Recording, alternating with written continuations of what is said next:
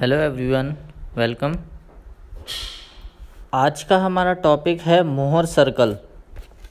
Mohr circle जिसको कि हम ग्राफिकल मेथड भी बोलते हैं, ये क्या रिप्रेजेंट करता है? Normal and shear stress at point at various angle of plane. किसी भी पॉइंट पर डिफरेंट एंगल पर कितना नॉर्मल स्ट्रेस और शीयर स्ट्रेस एक्ट कर रहा है, इसको अगर हम ग्राफिकली प्लॉट कर देंगे तो उसको हम बोलेंगे मोहर सर्कल। सपोज़ मैं एक स्ट्रेस एलिमेंट लेता हूँ। स्ट्रेस एलिमेंट क्या होता है? इसका यूज़ किसी भी पॉइंट पर, मान लीजिए मेरी ये बीम है, इसका ये मैंने पॉइंट लिया, तो इस पॉइंट P पर नॉर्मल स्ट्रेस और शीयर स्ट्रेस की क्या वैल्यू है, इसको डिस्क्राइब करने के लिए मैं एक स्ट्रेस एलिमेंट लेता हूँ। तो ये पॉइंट P को मैंने एक स्ट्रेस एलिमेंट से दिखा दिया। अब इस पर नॉर्मल स्ट्रेस और शीयर स्ट्रेस की क्या वैल्यू लग रही है, उसको डिस्क्राइब करने के लिए हम लेते हैं एक स्ट्रेस एलिमेंट। तो ये मैंने एक 2D स्ट्रेस एलिमेंट लिया जिस पे कि नॉर्मल स्ट्रेस सिग्मा एक्स और सिग्मा वाई एक्ट कर रहे हैं और shear stress tau X Y act कर रहा है। तो अगर मैं इस स्ट्रेस एलिमेंट को रोटेट करता हूँ, मान लीजिए ये मेरा स्ट्रेस एलिमेंट था, इसको मैंने रोटेट किया किसी एंगल थीटा से, तो इस एंगल थीटा पर मुझे स्ट्रेस की डिफरेंट वैल्यूज़ मिलेंगी। अब ये रोटेशन आएगा कैसे? ये रोटेशन बीम में किसी भी लोड के कारण आ सकता है, चाहे वो बेंडिंग हो या फिर टॉर्जन हो। इन बेंडिंग या टॉर्जन के कारण बीम के जो एलिमेंट्स हैं वो रोटेट हो सकते हैं। तो इस रोटेशन के कारण बीम में किस टाइप के स्ट्रेसेस जनरेट होते हैं, उसको हम कैसे फाइंड आउट करते हैं? हमने प्रिंसिपल स्ट्रेस वाले वीडियो में स्ट्रेस ट्रांसफॉर्मेशन इक्वेशन पढ़ी थी, स्ट्रेस ट्रांसफॉर्मेशन इक्वेशन। तो इन इक्वेशन की हेल्प से हम किसी भी एंगल थीटा पर नॉर्मल स्ट्रेस और शीयर स्ट्रेस की वैल्यू फाइंड आउट कर सकते हैं। जैसे हम एक एग्जांपल देख लेते हैं। एक इक्वेशन थी मेरी, नॉर्मल स्ट्रेस की इक्वेशन थी sigma X plus sigma Y by 2 plus sigma X minus sigma Y by 2 cos 2 theta plus tau X Y sine 2 theta. तो इस स्ट्रेस इक्वेशन की हेल्प से हम किसी भी एंगल थीटा पर नॉर्मल स्ट्रेस की वैल्यू फाइंड आउट कर सकते हैं। तो मोहर सर्कल क्या करता है? मोहर सर्कल हमें इन स्ट्रेस ट्रांसफॉर्मेशन इक्वेशन का यूज़ किए बिना ही किसी भी एंगल थीटा पर नॉर्मल स्ट्रेस और शीयर स्ट्रेस की वैल्यू डायरेक्ट दे देता है।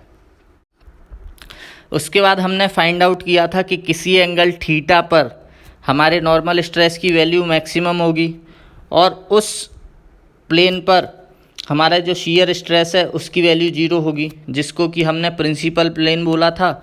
और हमारा जो नॉर्मल स्ट्रेस फाइंड आउट होके आ रहा था उसको हमने प्रिंसिपल स्ट्रेस बोला था। तो हम मोहर सर्कल की हेल्प से direct principal stress, principal strain, तो हम मोहर सर्कल की हेल्प से डायरेक्ट प्रिंसिपल स्ट्रेस और प्रिंसिपल प्लेन फाइंड आउट कर सकते हैं और किसी भी एंगल थीटा पर नॉर्मल और शीयर स्ट्रेस की वैल्यू फाइंड आउट कर सकते हैं। अब हम देखते हैं कि मोहर सर्कल ड्रॉ कैसे करेंगे।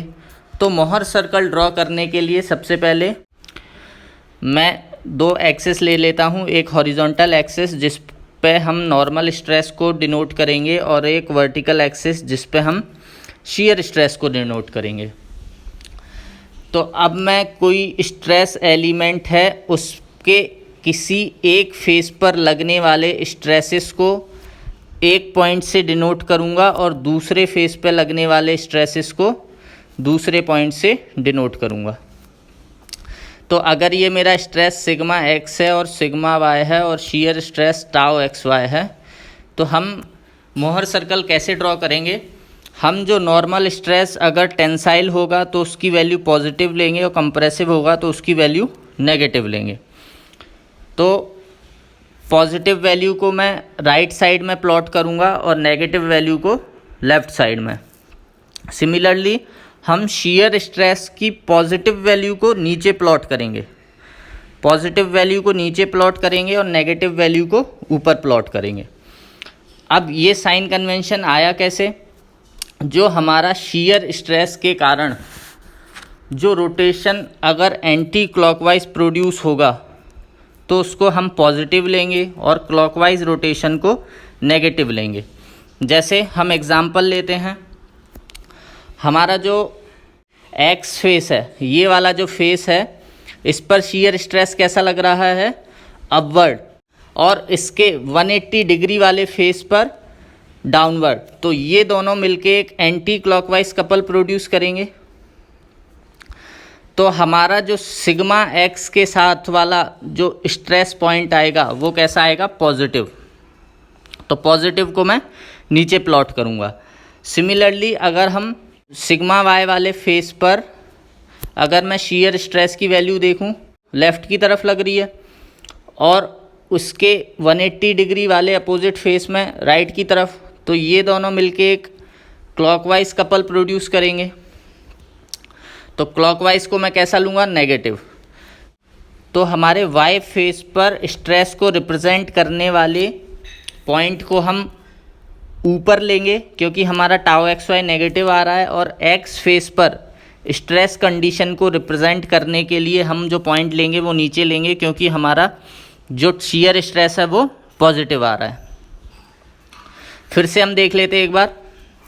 मुझे मोहर सर्कल बनाने के लिए 2 पॉइंट चाहिए, तो मैं इसके एक्स फेस पर जो स्ट्रेस कंडीशन है उससे एक पॉइंट फाइंड आउट करूँगा और वाई फेस पर जो स्ट्रेस कंडीशन है उससे एक पॉइंट फाइंड आउट करूँगा। तो सबसे पहले हम एक्स फेस पर लगने वाले स्ट्रेसेस को देख लेते हैं। तो ये टेंसाइल है, तो ये पॉजिटिव होगा, और शीयर स्ट्रेस जो है वो अपवर्ड है, और इसके जो अपोजिट फेस में हमारा डाउनवर्ड शीयर फोर्स जनरेट होगा। तो ये दोनों मिलके एक एंटी क्लॉकवाइज कपल प्रोड्यूस करेंगे। तो हमारा एंटी क्लॉकवाइज शीयर स्ट्रेस कैसा होता है? पॉजिटिव। तो मेरा जो पॉइंट आएगा वो राइटवर्ड और डाउनवर्ड आएगा क्योंकि डाउनवर्ड में शीयर स्ट्रेस पॉजिटिव है। सिमिलरली वाई फेस पर हमारी स्ट्रेस कंडीशन कैसी है? नॉर्मल स्ट्रेस टेंसाइल है और शीयर स्ट्रेस वाई फेस में राइटवर्ड है, और इसके 180 डिग्री वाले फेस पर कैसा जनरेट होगा? लेफ़्ट की तरफ। तो ये दोनों मिलके एक क्लॉकवाइज कपल प्रोड्यूस करेंगे। तो क्लॉकवाइज को हम कैसा लेंगे? नेगेटिव। तो मेरा जो पॉइंट आएगा वो एक्स एक्सिस के ऊपर आएगा और राइटवर्ड आएगा। तो हम अब 2 पॉइंट ले लेते हैं। हम एज्यूम कर लेते हैं कि मेरा पहला पॉइंट ये आया जिसके कोऑर्डिनेट सिग्मा एक्स और टाउ एक्स वाई हैं, और हमारा जो दूसरा पॉइंट आया वो हम मान लेंगे ये आया जिसके कोऑर्डिनेट सिग्मा वाई और माइनस टाउ एक्स वाई हैं। जब हम इन दोनों पॉइंट को जोड़ देंगे तो ये क्या रिप्रेजेंट करेगा? ये रिप्रेजेंट करेगा डायमीटर ऑफ मोहर सर्कल। मेरा जो मोहर सर्कल है उसका ये डायमीटर हो जाएगा, और इसका सेंटर क्या हो जाएगा? जहाँ पर ये एक्स एक्सिस को कट कर रहा है वो उसका सेंटर हो जाएगा। फिर हम इस डायमीटर से एक सर्कल जब ड्रॉ कर देंगे तो ये बन जाएगा मेरा मोहर सर्कल। मोहर सर्कल पर हर एक पॉइंट जो है किसी सर्टेन ओरिएंटेशन के लिए हमारी नॉर्मल स्ट्रेस और शीयर स्ट्रेस की वैल्यू को रिप्रेजेंट करेगा। अब हम इस मोहर सर्कल की हेल्प से किसी भी एंगल थीटा पर नॉर्मल स्ट्रेस और शीयर स्ट्रेस की वैल्यू फाइंड आउट कर सकते हैं। जैसे इस सर्कल में मेरी शीयर, हम वाई एक्सिस पर शीयर स्ट्रेस की वैल्यू देख रहे हैं, तो मेरी शीयर स्ट्रेस की वैल्यू मुझे डायरेक्ट यहाँ से मिल सकती है कि ये जो वैल्यू है शीयर स्ट्रेस की वो इस पॉइंट पर मुझे मैक्सिमम वैल्यू मिलेगी। इसी प्रकार की कुछ इम्पोर्टेंट और इंटरेस्टिंग इन्फॉर्मेशन हैं जो हम शीयर स्ट्रेस की हेल्प से फाइंड आउट करते हैं। तो हम देखते हैं। तो मेरा पहला पॉइंट है centre of circle always lie on X axis. अभी हम बना के देख चुके कि ये जो सर्कल है मोहर सर्कल, उसका जो सेंटर है वो हमेशा एक्स एक्सिस पर लाई करेगा। It means Mohr circle is always symmetrical about x axis, X axis के अबाउट सिमेट्रिकल रहेगा। For the case of pure shear, अगर हम प्योर शियर के लिए मोहर सर्कल बनाते हैं तो प्योर सर्कल के लिए मेरे नॉर्मल स्ट्रेस की वैल्यू आती है टाउ। एक्स एक्सिस पे हम नॉर्मल स्ट्रेस रिप्रेजेंट करते हैं और वाई एक्सिस पे शियर स्ट्रेस। तो अगर मेरे सिग्मा 1 की वैल्यू प्लस टाउ है और 2 की वैल्यू माइनस टाउ है, तो इन दोनों को जोड़ के, तो हम इन दोनों पॉइंट को जोड़ के और सर्कल ड्रॉ करते हैं, तो यहाँ से मेरा क्या फाइंड आउट हो जाता है कि ये जो मेरा सर्कल है वो एक्स एक्सिस और वाई एक्सिस दोनों एक्सिस के अबाउट सिमेट्रिकल होगा। तो हम अब पॉइंट पढ़ते हैं। For the case of pure shear के केस में हमने फाइंड आउट किया था कि हमारा सिग्मा 1 की वैल्यू प्लस टाउ आई थी और सिग्मा 2 की वैल्यू माइनस टाउ आई थी। Hence centre of circle coincide with origin, तो ये मेरा ओरिजिन है, तो मेरा सेंटर ऑफ सर्कल कहाँ कोइंसाइड कर जाएगा, ओरिजिन पर। And circle will be symmetrical about both axis, और मेरा जो सर्कल होगा वो दोनों एक्सिस, एक्स एक्सिस और वाई एक्सिस दोनों एक्सिस के अबाउट सिमेट्रिकल होगा। नेक्स्ट पॉइंट है Mohr circle cut sigma axis at 2 point with. तो मेरा अगर ये मोहर सर्कल है वो एक्स एक्सिस को 2 पॉइंट पे कट करता है। अगर हम इसको ओरिजिन मान लें, इसको पॉइंट P1 मान लें और इसको P2 मान लें, तो ये मेरा पॉइंट P1 और P2 पे कट कर रहा है। जो मेरी डिस्टेंस OP1 है वो रिप्रेजेंट करेगी माइनर प्रिंसिपल स्ट्रेस सिग्मा 2, और जो मेरी डिस्टेंस OP2 है वो रिप्रेजेंट करेगी मेजर प्रिंसिपल स्ट्रेस सिग्मा 1। मतलब यहाँ से पॉइंट P2 तक की दूरी, इसको हम बोलेंगे सिग्मा 1, और O से पॉइंट P1 तक की दूरी को हम बोलेंगे सिग्मा 2। और हमने अभी पढ़ा था कि मोहर सर्कल एक ग्राफिक है, तो इन वैल्यूज़ को हम ग्राफ पे स्केल से मेज़र करके भी पढ़ सकते हैं और फाइंड आउट कर सकते हैं। नेक्स्ट हम देखते हैं radius of Mohr circle equal to maximum shear stress. ये मेरा मोहर सर्कल है और इसका अगर डायमीटर P1 से P2 तक का है तो मैं P2 माइनस P1 को क्या लिख सकता हूँ, OP2 minus OP1।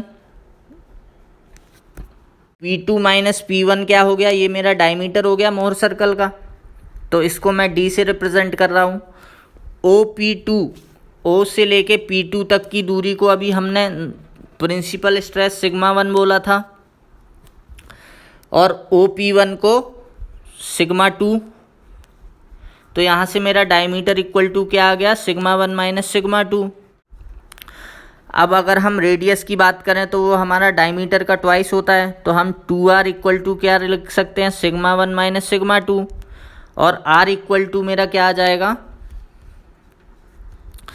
r equal to मेरा आ जाएगा सिग्मा 1 माइनस सिग्मा 2 बाई 2। और हमने जब प्रिंसिपल स्ट्रेस और प्रिंसिपल स्ट्रेन पढ़ा था तो वहाँ पे हमने पढ़ा था कि जो हमारा मैक्सिमम शियर स्ट्रेस है उसका फॉर्मूला होता है सिग्मा 1 माइनस सिग्मा 2 बाई 2। तो ये मेरा प्रूफ हो गया कि जो रेडियस ऑफ मोहर सर्कल है वो shear stress, maximum shear stress के इक्वल होगा। नेक्स्ट पॉइंट देखते हैं। नेक्स्ट पॉइंट है मेरा if stresses are equal and alike. Alike मतलब सेम नेचर के। तो अगर मेरे स्ट्रेसेस इक्वल और सेम नेचर के हैं, मतलब मेरा जो स्ट्रेस सिग्मा 1 है उसकी वैल्यू भी मान लीजिए 5 है और सिग्मा 2 की वैल्यू भी 5 है, तो मेरा जो मोहर सर्कल है वो एक पॉइंट बन के रह जाएगा। तो Mohr if stresses are equal and alike then Mohr circle reduces into a point which lie on X axis. तो मेरा मोहर सर्कल क्या है, एक पॉइंट बन जाएगा जो एक्स एक्सिस पे लाई करेगा। नेक्स्ट देख लेते हैं। At any point P on the circle represent normal stress sigma and shear stress tau on a plane OP represent resultant stress on that plane. तो अगर मेरा ये कोई मोहर सर्कल है जिसमें कोई पॉइंट P है जिस पर नॉर्मल स्ट्रेस की वैल्यू सिग्मा है और शियर स्ट्रेस की वैल्यू टाउ है, तो उस केस में जो OP जो डिस्टेंस होगी वो क्या रिप्रेजेंट करेगी, रिजल्टेंट स्ट्रेस। और रिजल्टेंट स्ट्रेस हम कैसे फाइंड आउट करेंगे, मेरा यहाँ तक ये जो वैल्यू हो जाएगी वो नॉर्मल स्ट्रेस हो जाएगी और ये वैल्यू हो जाएगी शियर स्ट्रेस। तो अगर मैं पाइथागोरस थ्योरम लगा दूँ तो मेरा ये जो डायग्राम है वो कुछ राइट एंगल ट्राइंगल जैसा बन जाएगा, जिसमें ये वैल्यू हो जाएगी सिग्मा बेस और जो हाइट हो जाएगी उसकी वैल्यू टाउ हो जाएगी। तो मैं इसमें अगर पाइथागोरस थ्योरम लगा दूं और मुझे ये डिस्टेंस ओपी फाइंड करनी है तो क्या आ जाएगा, sigma square plus tau square. तो रिजल्टेंट स्ट्रेस मेरा क्या आ जाएगा, sigma square plus tau square. And angle of OP with sigma axis, और सिग्मा एक्सिस से जो ओपी का ये जो एंगल है वो क्या रिप्रेजेंट करेगा, inclination of resultant stress with normal. ये जो नॉर्मल है उससे रिजल्टेंट स्ट्रेस का क्या इंक्लिनेशन है ये एंगल हमें वो बताएगा। क्लियर। नेक्स्ट पॉइंट देखते हैं। नेक्स्ट पॉइंट है any two point located diametrically opposite on circle represent stresses on two mutually perpendicular planes. अभी हमने पढ़ा था कि अगर कोई दो पॉइंट डायमेट्रिकली अपोजिट साइड में हैं, मतलब ये अगर सिग्मा एक्स है और ये सिग्मा वाई है, तो ये दोनों क्या रिप्रेजेंट कर रहे हैं कि ये जो स्ट्रेसेस हैं ये मेरे जो म्यूचुअली परपेंडिकुलर प्लेन हैं उन पर स्ट्रेसेस की वैल्यू है। सिग्मा वाई मेरी इस प्लेन पर स्ट्रेस की वैल्यू है और सिग्मा एस इस प्लेन पर। तो किसी भी पॉइंट पर यहाँ पर और यहाँ पर जो डायमेट्रिकली अपोजिट पॉइंट्स हैं उन पर जो स्ट्रेसेस होंगे वो म्यूचुअली परपेंडिकुलर प्लेन पर लगने वाले स्ट्रेस होंगे। हम किसी भी पॉइंट पर स्ट्रेस की वैल्यू देख लें, जैसे एग्जांपल के लिए अगर हम ये जो मेरी बेस लाइन है इस पर स्ट्रेस देखें तो ये मेरा क्या हो जाएगा, ये हो जाएगा मेरा प्रिंसिपल स्ट्रेस माइनर और ये हो जाएगा मेरा मेजर प्रिंसिपल स्ट्रेस। और हमें पता है कि मेजर और minor principal stress mutually perpendicular planes पर एक्ट करते हैं। तो यहाँ से मेरा ये पॉइंट क्लियर हो गया कि किसी भी डायमेट्रिकली अपोजिट पॉइंट पर लगने वाले जो स्ट्रेस होंगे वो कैसे होंगे, म्यूचुअली परपेंडिकुलर प्लेन पर एक्ट करने वाले स्ट्रेस। तो ये थे मेरे मोहर सर्कल में कुछ इम्पोर्टेंट पॉइंट। अब हम देख लेते हैं कि मोहर सर्कल का यूज़ कहाँ है। तो मोहर सर्कल अभी हमने जो ड्रॉ किया उससे हमें क्या पता चला कि मोहर सर्कल पे हम किसी भी पॉइंट पर नॉर्मल स्ट्रेस और शियर स्ट्रेस की वैल्यू फाइंड कर सकते हैं किसी भी इंक्लिनेशन एंगल पर। तो अगर मैं इस पॉइंट पर देखूं तो इस पॉइंट पर मेरा नॉर्मल स्ट्रेस की वैल्यू कितनी हो जाएगी, ये जो डिस्टेंस होगी वो मेरे नॉर्मल स्ट्रेस की वैल्यू हो जाएगी और ये जो डिस्टेंस होगी वो शियर स्ट्रेस की वैल्यू हो जाएगी।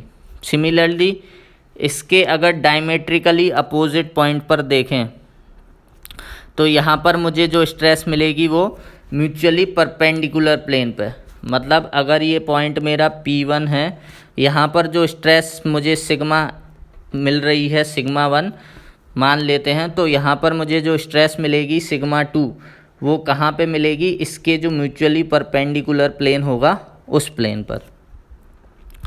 तो अब हम देख लेते हैं क्या लिखा है। If sigma X sigma Y and tau X Y are known on two mutually perpendicular planes, तो हमें ये सिग्मा एक्स सिग्मा वाई और टाउ एक्स वाई पता हो म्यूचुअली परपेंडिकुलर प्लेन पे, then using Mohr circle we can find sigma X dash Y dash tau X dash on plane A A B B. हम ये plane मान लिया हमने एक प्लेन मान लिया A A and B B. तो इस प्लेन पे हम normal stress sigma X sigma Y और शियर स्ट्रेस की वैल्यू फाइंड आउट कर सकते हैं मोहर सर्कल से। बस मुझे ये इंक्लिनेशन पता होना चाहिए कि किस इंक्लिनेशन पे फाइंड करना है, तो मैं ग्राफ में उस एंगल थीटा पे नॉर्मल स्ट्रेस और शियर स्ट्रेस की वैल्यू पढ़ सकता हूँ। तो ये था मेरा मोहर सर्कल का use. Next procedure to draw Mohr circle हम स्टार्टिंग में देख चुके हैं कि हम मोहर सर्कल किस प्रकार से ड्रॉ करते हैं, तो हमें प्रोसीजर दोबारा पढ़ने की ज़रूरत नहीं है। आई होप आपको समझ आ गया होगा मोहर सर्कल।